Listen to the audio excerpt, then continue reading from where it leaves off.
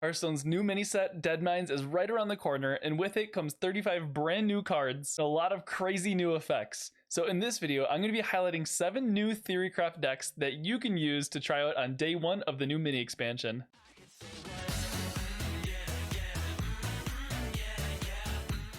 So with this new mini set Deadmines, we have 16 new common cards, 14 new rares, 1 new epic, and 4 brand new legendaries to work with, which seems like a lot all at once. So in this video, I broke it down into 7 Theorycraft decks, and I tried to include as many of the new cards in these decks as possible to keep them fun, fresh, unique, and still keep them as viable as possible. And all the decks you're about to see in this video are handcrafted by myself, and that is all I do on this channel. So if you want to see the most fun, unique, creative, off-meta decks on YouTube, then consider subscribing. It helps support me for free, and you could always change your mind later. But let's hop into the first deck here. So the first spicy brand new deck that I have for you guys is going to be this Deathrattle Hunter, and this uses a couple of the new cards. It uses the Monstrous Parrot, and it uses the Doggy Biscuit. The Monstrous Parrot repeats the last Deathrattle minion that triggered. So in this deck, we have very specific Deathrattles that we want to repeat those Deathrattles on. We have the Nerubian Egg to get us a 4/4. We have a Bloated Python, which also gives us a 4/4. We have the Ramming Mount, which puts a Deathrattle onto a minion. That gets us a 2/2. And then we also have the Devouring Ectoplasm, which gets us a random adventure. So with the Parrot, we're not getting like a ton of value on the biggest Deathrattles ever, but we're getting just a lot of tempo. Like an ideal curve would be like a Selective Breeder on turn 2 to find your Bloated Python on turn 3,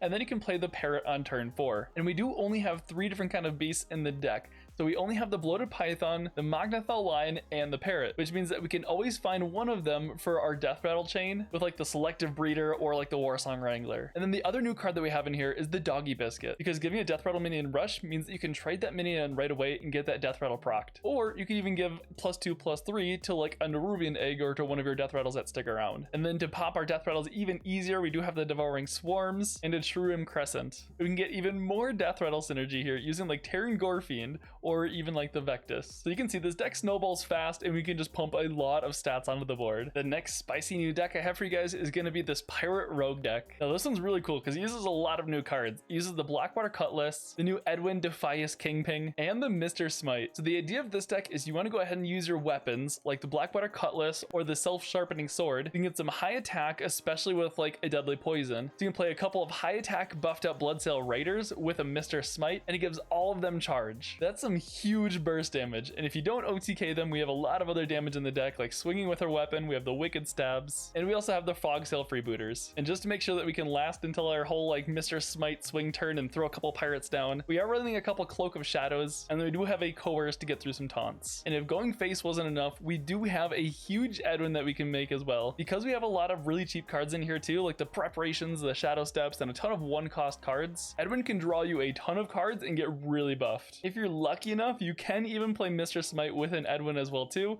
Like on turn 10, you can play an Edwin, a Preparation, maybe a Preparation or Shadow Step, and then you play a Mr. Smite with that Edwin for a ton of damage. Yeah, this one looks really fun. I can't wait to play this one. The next deck that I have for you guys is kind of a meme, but it uses the new epic card that we got, the Maddest Bomber. This is going to be a Bomb Shaman deck, which goes all in on the Maddest Bomber. So we can do some crazy things like play a Maddest Bomber on turn 8, then turn 9, we play the Bolner Hammerbeak with the new Brilliant Macaws, which will then replay the Maddest Bomber's Battlecry and then double it. And then we can follow that up with another Brilliant Macaw, and we can just send bombs flying everywhere. But just so we can live until then, we are going to be playing kind of a control Shaman shell. We got a lot of draw, we got a lot of generation. And speaking of draw, we are going to be using the new Multicaster as well too, because we do have a fire spell, which is the Perpetual Flame. We have an arcane spell with the Primordial Studies, and we have plenty of nature spells. So the Multicaster can draw us up to 3 cards. And then of course, we're also going to be playing with Cookie the Cook. It's just decent stats in the early game, and the lifesteal I think is huge because you get a 2/3 weapon with lifesteal, which is kind of like a pre-nerf Eldrazi Warblades. Yeah, I don't know if this deck will be a great deck for climbing, but this will be a ton of fun. So the 4th Theorycraft deck that I have for you guys is going to be this Pirate Quest Warrior. We got quite a few new cards to make this deck even better than where it was before. So we have the new Defias Cannoneer, which not only it's a great early game pirates,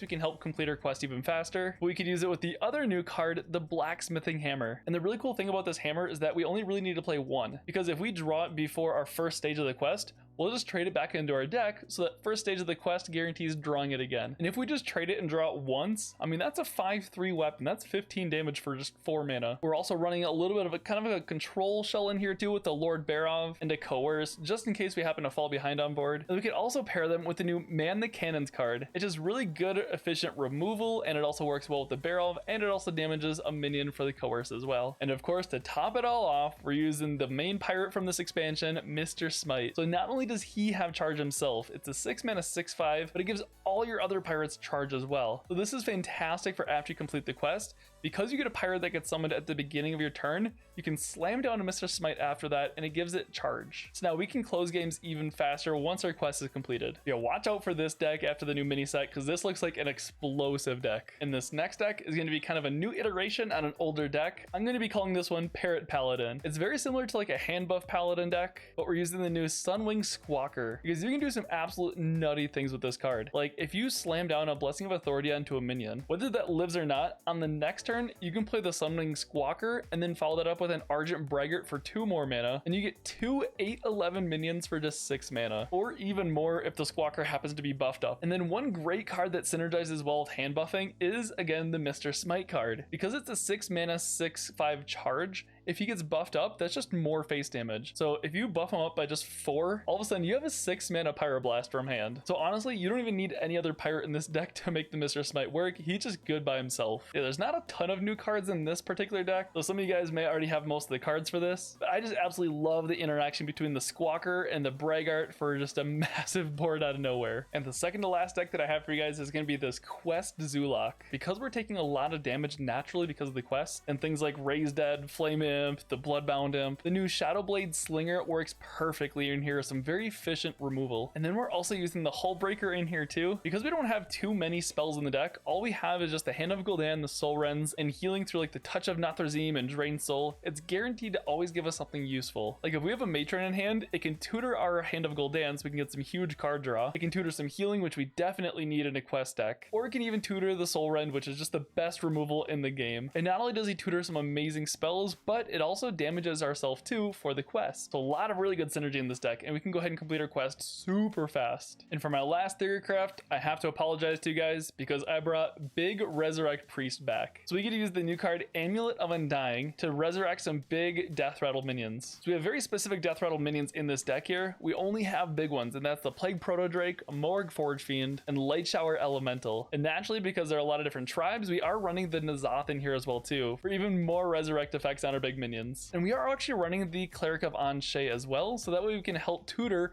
our Amulet of Undying. Because Amulet of Undying gets better and better the more that we trade it back into our deck. So if we can draw it through like Thrive in the Shadows and Cleric of Anshe and keep sending it back to our deck and keep tutoring it back out, we can keep getting it upgraded really big. But yeah, this might be a really annoying deck to play against, but it's going to be so much fun to play. And that's going to be all the Theorycraft decks that I have for you in this video. I hope you guys are as excited as I am for the new Deadmines mini set. And if I was able to give you some really good insight as some new decks to play, or if you liked any of the decks you saw in this video, then let me know by leaving a like down below. That does help me out a ton with the YouTube algorithm, so that way this video can get suggested to more people just like yourself. I'll see you guys in the Deadmines.